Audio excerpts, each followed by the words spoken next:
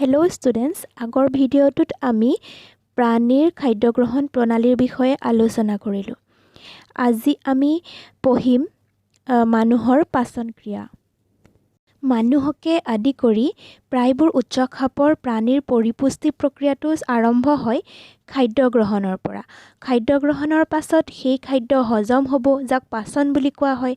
তাৰ পিছত সেই পাচিত খাদ্যৰ পৰা শক্তি উৎপন্ন হয় আৰু যিবোৰ খাদ্য আমাৰ হজম নোহোৱাকৈ থাকি যায়, সেই খাদ্যবোৰ আমাৰ দেহৰ পৰা বহিষ্কৃত কৰা হয়।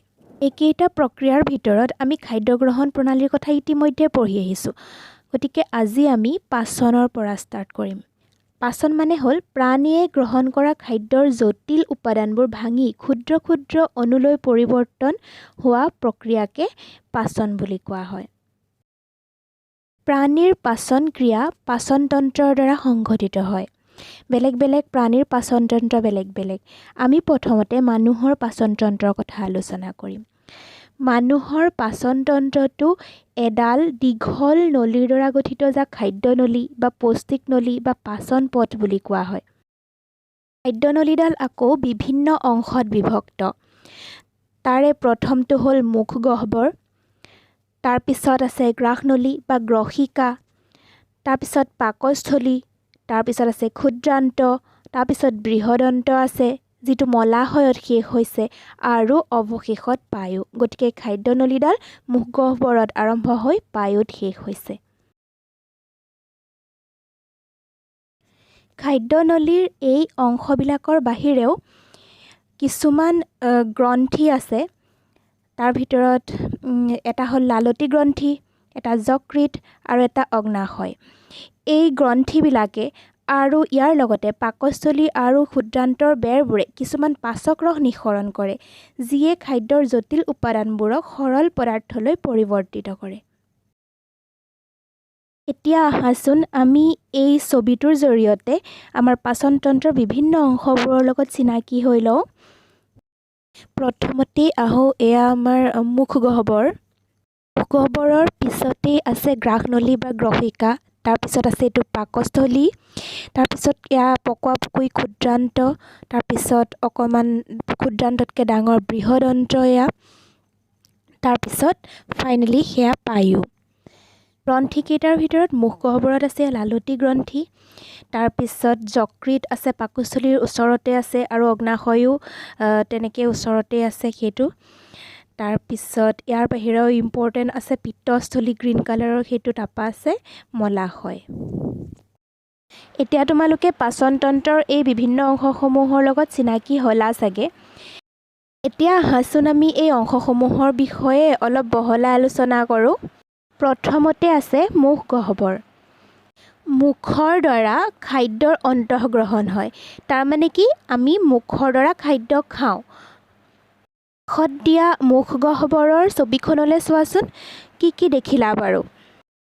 হয়, মুখগহ্বৰৰ ভিতৰত চিত্ৰত দেখাৰ দৰে দাঁত আৰু জিভাৰ বাহিৰেও লালতী গ্ৰন্থিও থাকে। এইবোৰনো মুখগহ্বৰত কিয় থাকে? এইবোৰ নাথাকিলে কি হ'বনো? এইবোৰৰ কাম কিনো? আহাচোন আমি তাৰ বিষয়ে আজি অলপ আলোচনা কৰোঁ।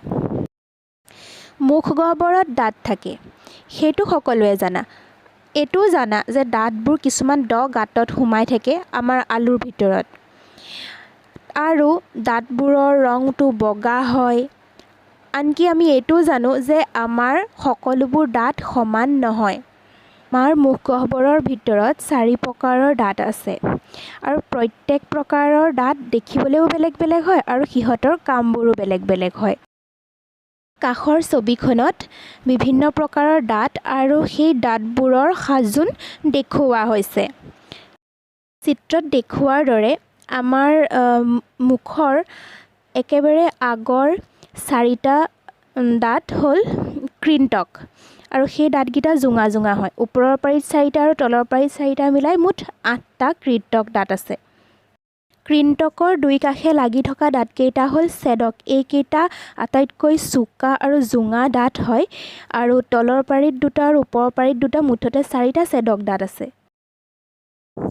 ছেদকৰ দুই কাষে লাগি থকা দাঁতকেইটা হ'ল পুৰপেশক দাঁত আৰু এই দাঁতকেইটা বহল যদিও শক্তিশালী হয় আৰু আমাৰ দুই পাৰিতে চাৰিটাকৈ মুঠ 8টা পুৰপেশক দাঁত থাকে।